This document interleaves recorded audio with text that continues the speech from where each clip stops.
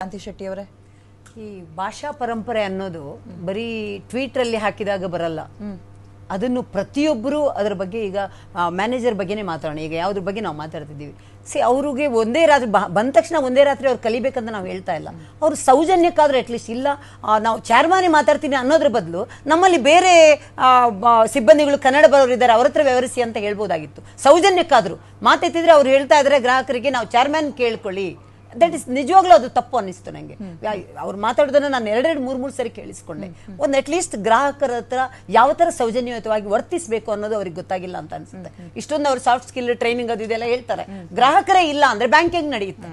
ಆತರ ಅವ್ರಿಗೆ ಬರದೇ ಇರ್ಬೋದು, ನಾನು ಒಪ್ಕೋತೀನಿ. ಅಟ್ಲೀಸ್ಟ್ ಅವ್ರು ಹೇಳಿರ್ಬೋದು ನಾನು ಕಲಿಯಕ್ ಪ್ರಯತ್ನ ಪಡ್ತೀನಿ, ನಾನು ಕಲಿಯೋದೇ ಇಲ್ಲ, ನೆವರ್, ನಾನು ಮಾತಾಡೋದೇ ಇಲ್ಲ ಅಂತ ಉದ್ದಟತನ ದರ್ಪ ಅನ್ನೋದಿದೆಯಲ್ಲ, ಇದು ಬಹಳ ತಪ್ಪು. ಅವ್ರಿಗೆ ಬಹಳ ಆರಂಭದಲ್ಲಿ ಹೇಳಿದೆ, ಇದು ಕನ್ನಡ ಬರಲ್ಲ ಅನ್ನೋದು ಅಪರಾಧ ಅಲ್ಲ, ಕನ್ನಡ ಮಾತಾಡಲ್ಲ. ಇದೇ ರೀತಿ ಪಕ್ಕದ ತಮಿಳ್ನಾಡಲ್ಲಿ ಹೋಗೋಣ, ಅಲ್ಲಿ ಅಲ್ಪಸಂಖ್ಯಾತರು ಕೂಡ ತಮಿಳ್ ಕಲಿತಾರೆ.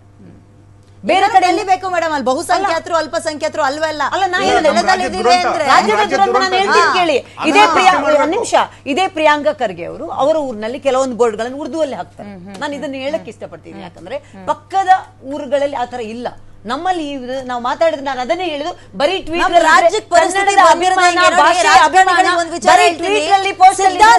ನೀವು ಬೇರೆ ಬೇರೆ ನಿಂತ್ಕೊಳ್ಳಿ. ಭಾಷೆ ಅಂತ ಬಂದಾಗ ದಯವಿಟ್ಟು ಒಂದಾಗಿ ನಾಡು ನುಡಿ ಭಾಷೆ ಅಂದ ತಕ್ಷಣ ಖಂಡಿತವಾಗ್ಲೂ ಇದರಲ್ಲಿ ಯಾವುದೇ ಒಂದು ಮುಲಾಜಿಲ್ಲ.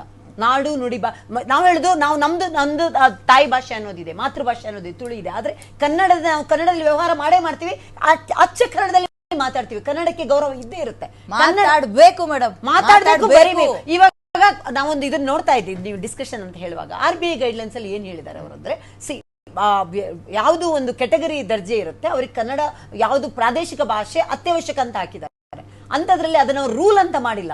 ಅವ್ರು ಯಾವ ತರ ಮಾರ್ಗಸೂಚಿ ಕೊಟ್ಟಿದ್ದಾರೆ ಅದನ್ನ ಯಾಕೆ ಯಾವ್ದಾದ್ರು ಫಾಲೋ ಮಾಡ್ತಾ ಇಲ್ಲ. ಮಾರ್ಗಸೂಚಿಯಲ್ಲಿ ಏನಿದೆ, ಪ್ರಾದೇಶಿಕ ಭಾಷೆ ಕೂಡ ಅವ್ರು ವ್ಯವಹಾರ ಮಾಡಬೇಕು ಅಂತ ಇದೆ. ಆಮೇಲೆ ಇನ್ನೊಂದೇನು ಪ್ರಾಬ್ಲಮ್, ಅವ್ರು ಹಿಂದಿ ಕೊಡ್ಬೇಕು. ಅಂಡ್ ಇದ್ರ ಮೇಲೆ ಎಲ್ಲದನ್ನು ಒಂದ್ ಸೆಕೆಂಡ್ ಹೇಳ್ಬಿಡ್ತೀನಿ. 3 ವರ್ಷಕ್ಕೊಂದ್ಸಲ 4 ವರ್ಷಕ್ಕೊಂದ್ಸಲ ಬೇರೆ ಬೇರೆ ಕಡೆ ಟ್ರಾನ್ಸ್ಫರ್ ಆಗ್ತಿರ್ತಾರೆ. ಪ್ರತಿ ವರ್ಷ ಕಲ್ತ್ಕೊಳ್ಳಿ ಅಂತ ಹೇಳೋದು ಅಂದ್ರೆ ನೀವು ಕಲಿಲೇಬೇಕು ಅನ್ನುವಂಥದ್ದು ಒತ್ತಡ